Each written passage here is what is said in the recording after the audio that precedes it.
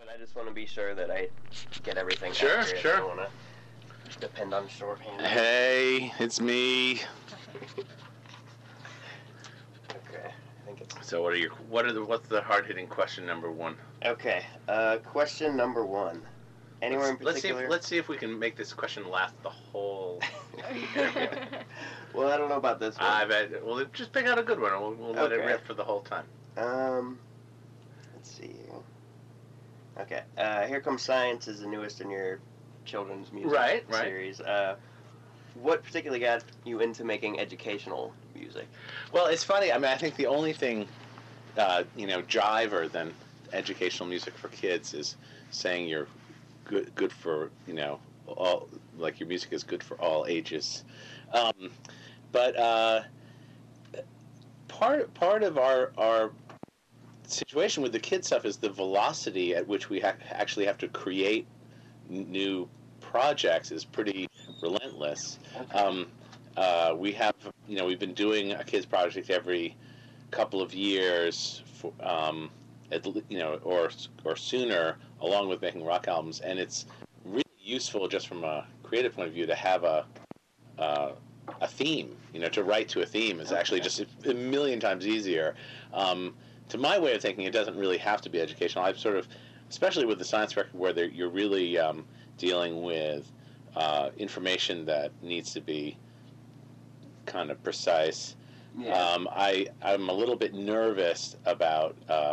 It really is the Peter principle in action, or self-selected Peter principle. I mean, we put ourselves in this place that we probably should have stayed away from. Although we've gotten away, there are a couple of bad bloopers on the DVD, which was the production of which was kind of rushed. But we got most of our facts straight. I mean, unfortunately, there's one video where we use the word theory instead of the word hypothesis, which drives science teachers crazy, because if it wasn't for that, it would otherwise be a really perfect explanation of the scientific method.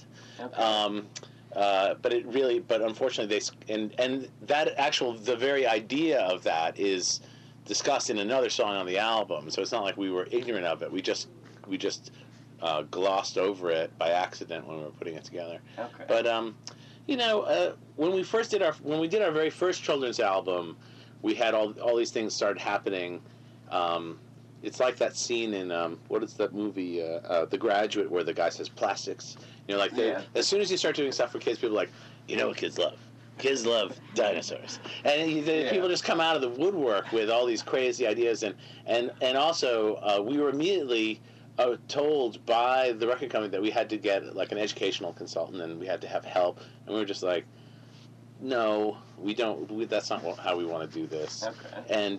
And we kind of created the No album with just this very wide open kind of psychedelic agenda, and there was no age group in mind, and while the album was really commercially successful, I'm not sure where it really lands in people's lives. Whereas here come the 1, 2, 3s and here come the ABCs, they're totally for a very specific age group. It's 4-year-olds wake up, climb out of bed. This is, we got an album for you. Yeah. And the science one is for an older audience, and because it's more complicated, we have consultants. But I'm running out of gas. I thought I would be able to go the whole way. You got any? Have you gotten any kind of flack? I know on the album you talk about evolution. Is anyone maybe a creationist? Creationists are not really happy with the idea of evolution. Yeah. But I sort of think that's their can I say cross to bear on the internet? Okay. We are not creationists, and these ideas are not, among people who are kind of working from a fact-based point of view. These are not controversial issues. Gravity is not a controversial issue, and it comes really out of the same. I mean, we're talking about stuff that, ideas that have been sort of vetted quite well for 100 years or more, so it's not controversial for us. I think it really speaks to the culture of the last 8 years of George Bush that so many people are afraid to even talk about something as simple as evolution or the Big Bang or DNA. These are things that not only should be taught in schools, but actually are taught in schools. And the fact that it's somehow considered impolite or improper in any way to make mention of those things strikes me as obscene and vaguely ridiculous. I have got a lot of conspiracy theories and pet beliefs that I save from my personal journals, I think science needs to sort of people who believe in science need to step up and say, hey, you know what, this is the real stuff. This is the way the world works. This is not about this is not something that just having an opinion or a hunch is really enough of an answer. Okay. You said earlier... Angry emails to follow. Oh, you said earlier that there was a much higher velocity with the kids' music and the educational stuff. Well, we're just making albums at every 9 months. So we're chained to the all-you-can-rock buffet, making adult albums and family albums at this sort of fevered pitch. I mean, okay. Since it started up in 2000, we've really, how many? We've made 4 family albums and 3 adult albums. So it's it's 7 albums in 9 years is a lot for any band. Quite a bit. Yeah. Is there a drastic difference in the creative process that goes into making them? Well, because they have a theme, that actually makes it very. That's a huge trampoline to pull out and jump off of.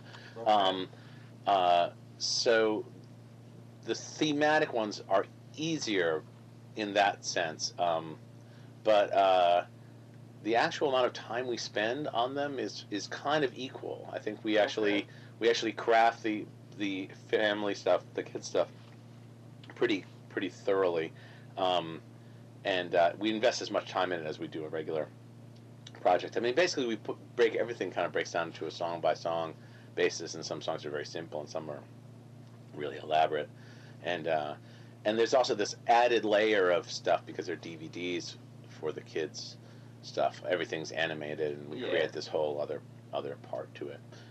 This new album, I think the song "Electric Car" has the most number of tracks we have ever recorded for a song. I think it's got something like 92 discrete tracks. Well, it's got real drums and a complete assortment of electronic drums in it's all real drums and real bass on the choruses, fake drums and loops and electronic bass on the verses. And it's got this very elaborate horn section, and all these weird vocal and sound effects. So it's just just a very thick track. Okay. I think that I'm trying to think what the previous most number of tracks was. Maybe 92 is a pretty big. 92 is a lot of tracks. It's a miracle of digital recording. Yes. How much input do you guys have into the DVDs? Is it? It's pretty much our deal. It's 100% us. Okay, so we're the producers, and we not only do we sort of art direct it by picking all the animation companies that we collaborate with. We're also actually the producers, which is we're managing the budget. So each company is kind of a different. Some of these animators we've worked. This is the 3rd or 4th round of projects we've worked with for them, and you keep, like anything, you sort of have to pay them a little bit more than some you're just starting to work with. Yeah. It's actually a lot of fun. It's really fun to see your stuff get animated, and it's fun to write for something that is going to be animated, because you suddenly you throw in a couple of nouns, and all of a sudden there's there's that idea you had fully visualized, which is really it definitely keeps it interesting. Okay.